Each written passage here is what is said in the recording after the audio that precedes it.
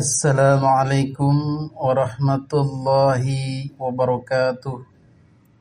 Alhamdulillah hamdan wa syukran ala ni'amillah. Salatan wa salaman ala rasulillah Muhammadin ibni Abdillah wa man tabi'ahu wa mawala, amma ba'du.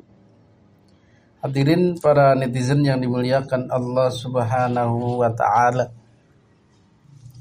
pada kesempatan video kali ini kita akan mengulas tulisan daripada Kiai Haji Imaduddin Utsman Al-Bantani berjudul Peran Penting Mukimat dalam Sejarah Kebangkitan Bangsa Nusantara Abad 21.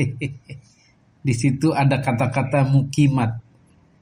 Jadi mukimat ini dalam penilaian Kiai Haji Imaduddin disematkan oleh para penentangnya, orang-orang pro Ba'alwi dan orang-orang yang membenci Kiai Haji Imaduddin, membenci penelitiannya, menafikan penelitiannya, dan orang-orang yang mendukung kepada beliau sebagai mukimat, mukibin Kiai Imad. Jadi orang-orang yang setuju dengan Kiai Haji Imaduddin Utsman Al-Bantani, maka disebutlah mukimat. Jadi gelar ini atau sebutan ini ya terpaksa diterima. Walaupun agak kurang nyaman ya terpaksa diterima. Karena memang betul kita setuju dengan Kiai Haji Imaduddin Utsman Al-Bantani, mukibin Kiai Imad. Dan untuk mereka yang memuja Habib, kita juga punya sebutan atau gelar yang disebut mukibin. Atau kemudian dipersingkat menjadi kibin. Asalnya adalah muhibbin. Kalau muhibbin itu orang yang mencintai. Tetapi kalau mukibin itu orang yang menyungkurkan diri di hadapan Habib, menyembah-nyembah. Kemudian dipersingkat menjadi kibin. Mungkin jamaknya kabain. Ini ya hiburan dalam dunia polemik nasab. Ada mukibin, ada mukimat. Ada kibin, ada mukimat.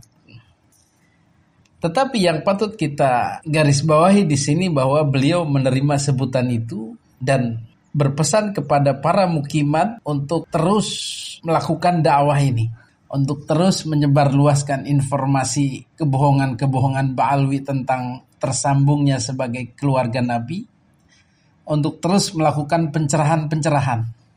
Karena sudah sekian banyak tokoh, sudah sekian banyak ahli ilmu pengetahuan, profesor, doktor, ahli filologi, ahli nasab, ahli DNA bergabung dengan Kiai Haji Imaduddin memperkuat keterputusan Ba'alwi dengan Kangjeng Nabi Muhammad sallallahu alaihi wasallam.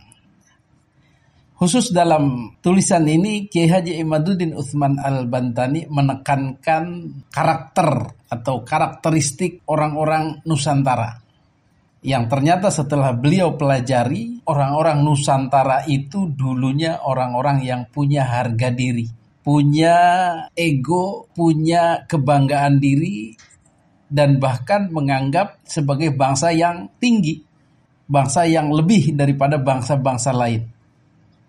Kan sementara ini yang masih beranggapan begitu kan orang-orang Jepang, orang-orang Amerika, orang-orang Eropa.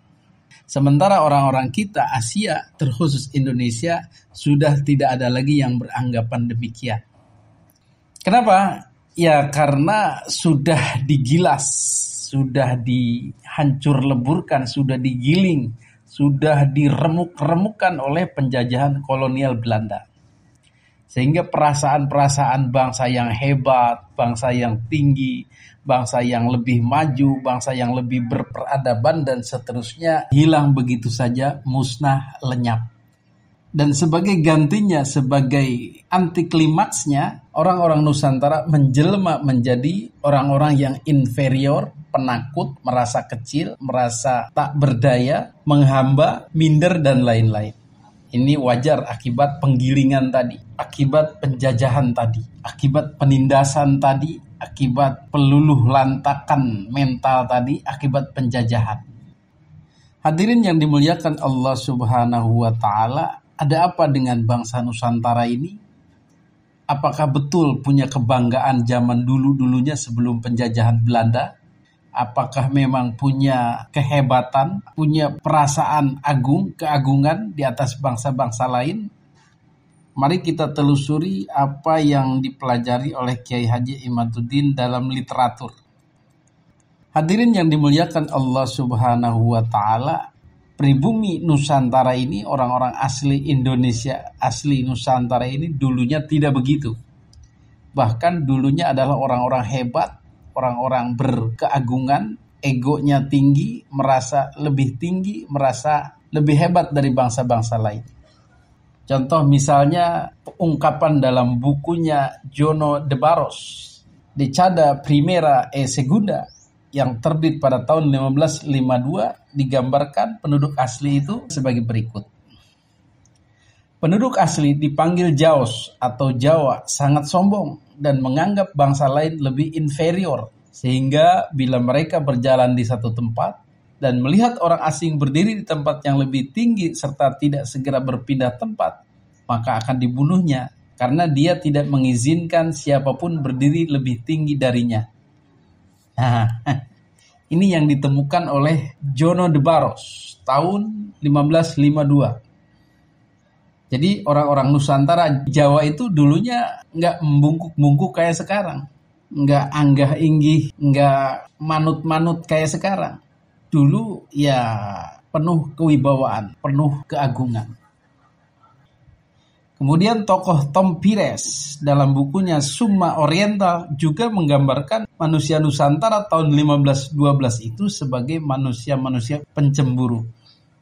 Istri-istri bangsawan diperlakukan istimewa bagai barang mahal yang tidak diperkenankan siapapun boleh melihat wajahnya. Bila keluar, istri-istri itu diangkat di atas tanduk yang tertutup. Ada lagi laporan dari Duarte Barbarossa dalam bukunya The Book of Duarte Barbarossa tahun 1518. Jadi menurut Duarte Barbarossa, orang-orang dulu Nusantara itu tinggalnya di rumah besar, halamannya luas. Ada taman-taman indah, kebun-kebun dan buah-buahan, dan suka pada musik. Punya keahlian bersenjata, bisa bertempur, dan tidak punya rasa takut. Kemudian menurut Alfonso Albuquerque dalam bukunya The Commentaries of the Great Alfonso d'Albuquerque dinyatakan bahwa kualitas senjata api dan meriam yang diproduksi oleh manusia-manusia Nusantara di abad 16 Masehi berada di level yang sama dengan senjata api dan meriam yang diproduksi di Jerman. Abad 16 itu orang-orang Nusantara bikin senjata kualitasnya setara dengan orang-orang Jerman. Mantap toh.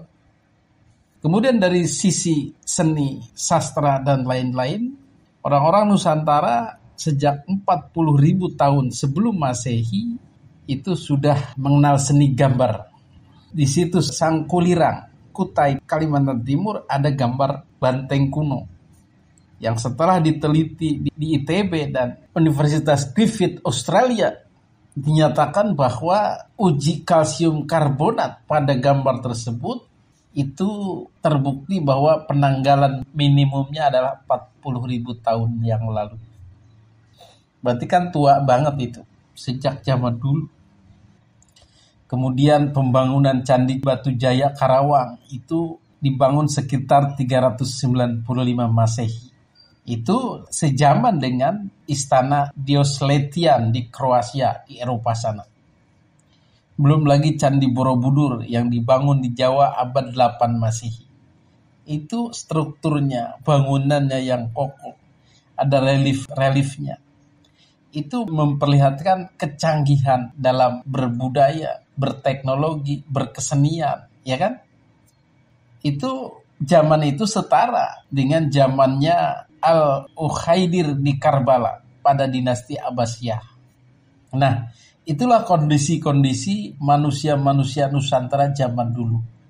Zaman kehebatan, zaman kegagahan, zaman kedikjayaan. Zaman di mana mereka merasa hebat. Dan memang hebat, bukan merasa doang. Nah, kemudian datanglah Belanda. Menelikung kerajaan-kerajaan, menelikung orang-orang Nusantara yang hebat-hebat ini kemudian ya diadu domba, dikalahkan dan seterusnya. Maka sejak saat itulah mereka merasa lemah, merasa jadi budak, merasa inferior, terutama yang kalah-kalah ini, yang punya mental-mental terjajah ini. Maka kemudian program Belanda adalah bagaimana orang-orang yang sudah dijajah ini, sudah dilunakan ini, sudah dijinakan ini, tidak ingat lagi kepada leluhurnya. Tidak ingat lagi kepada orang-orang besar di zaman dulu sebelum Belanda datang. Jadi mereka dibelokkan, silsilahnya dibelokkan, sejarahnya menjadi ya sejarah orang-orang biasa, sejarah orang-orang kecil. Dan yang lebih parah lagi, mereka diperkenalkan bahwa kamu adalah keturunan pendatang dari India, pendatang dari Cina, pendatang dari Yaman, pendatang dari Arab, dan lain-lain. Nah, sejak saat itulah mereka kehilangan kebanggaan berleluhur, kebanggaan terhadap sejarah-sejarah kebesaran masa lalu. Hilang. Mereka tidak ingat lagi, seingat mereka kami adalah bangsa keturunan Yaman, misalnya. Ini sudah ada program pembelokan kepada Ba'alawi Yaman. Karena kalian itu keturunan daripada Ba'alwi.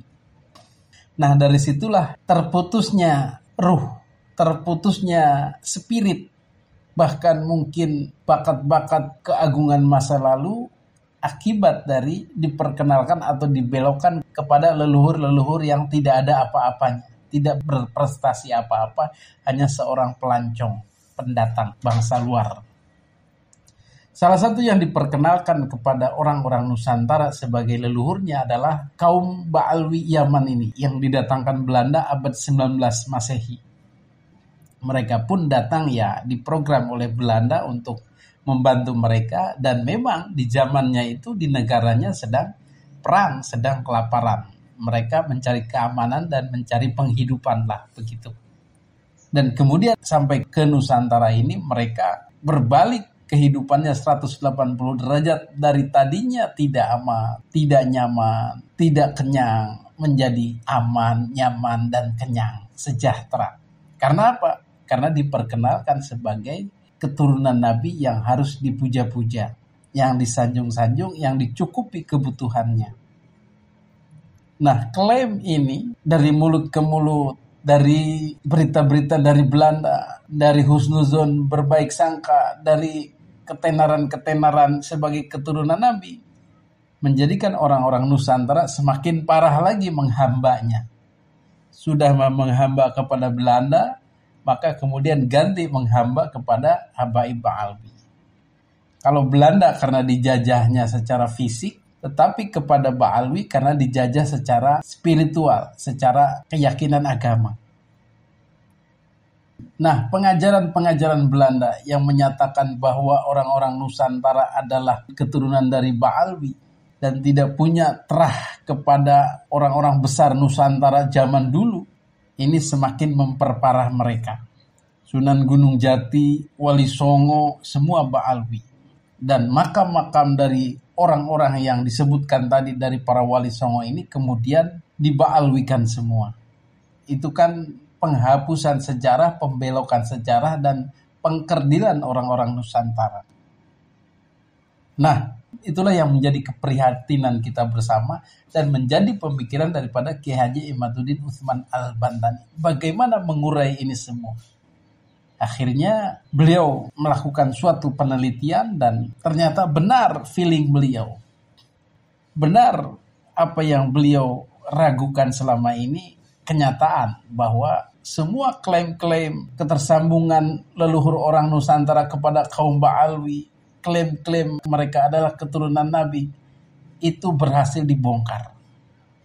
Ba'alwi bukan keturunan Nabi, berhasil dibongkar. Orang-orang Nusantara berketurunan kepada Ba'alwi juga berhasil dibongkar. Tidak terbukti orang-orang Nusantara ini keturunan daripada Ba'alwi semua, terutama Wali Songo. Oh tidak.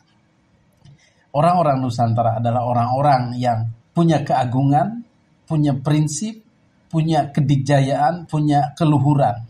Tidak mungkin menjadi orang yang membebek, orang yang tunduk, pasrah, manut, dan lain sebagainya, inferior, rendah diri dan lain sebagainya di mata Belanda dan Ba'alwi. Alhamdulillah. Inilah yang dimaksudkan peran penting mukimat. Orang-orang yang setuju dengan penelitian Ki Haji Imaduddin Utsman Al-Bantani inilah yang harus terus bergerak. Terlebih lagi dengan dukungan daripada keilmuan masa kini, yaitu ilmu biologi, ilmu genetika, ilmu DNA oleh Dr. Sugeng Sugiharto. Beliau pun membackup penelitian literatur ilmiah daripada Ki Haji Imaduddin Utsman Al-Bantani. Nah, mukimat-mukimat ini yang terus tumbuh, terus bermunculan, tumbuh membesar. Di antaranya kemudian muncullah Ki Haji Abbas Biliyahsi, Gus Abbas Buntet, yang mana beliau itu adalah putra daripada tokoh NU Profesor Ki Haji Fuad Hashim Buntet Cirebon, yang mana kemudian beliau menyambut itu dengan membentuk PWI-LS, Perjuangan Wali Songo Indonesia Laskar Sabilillah. Untuk apa? Ya untuk menyambut era baru ini bahwa orang-orang Nusantara ini bukanlah keturunan Ba'alwi, tapi Wali Songo Nusantara asli.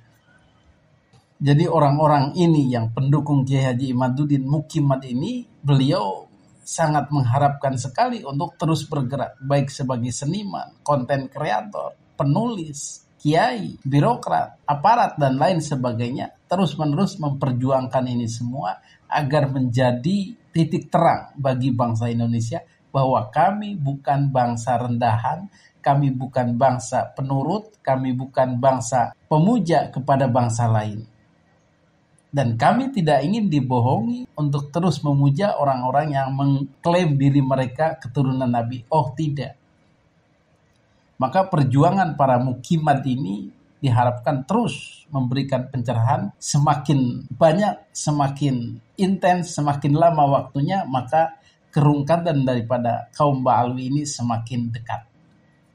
Artinya apa kerungkatan itu? Masyarakat menjadi biasa saja, menjadi faham bahwa klaim mereka tidak benar dan mereka tidak harus diikuti. Ikuti saja yang sesuai normalnya orang yang harus dihormati, yaitu karena ilmu dan adabnya. Itulah pesan daripada Kiai Haji Imaduddin Utsman Al-Bantani kepada para mukimat. Agar terus menjadi ikon perubahan, terus menjadi para mujahid-mujahid yang terus memberikan pencerahan kepada masyarakat Indonesia, masyarakat Nusantara, masyarakat Indonesia. Insya Allah. Adanallahu ayyakum ajmain. Wassalamualaikum warahmatullahi wabarakatuh.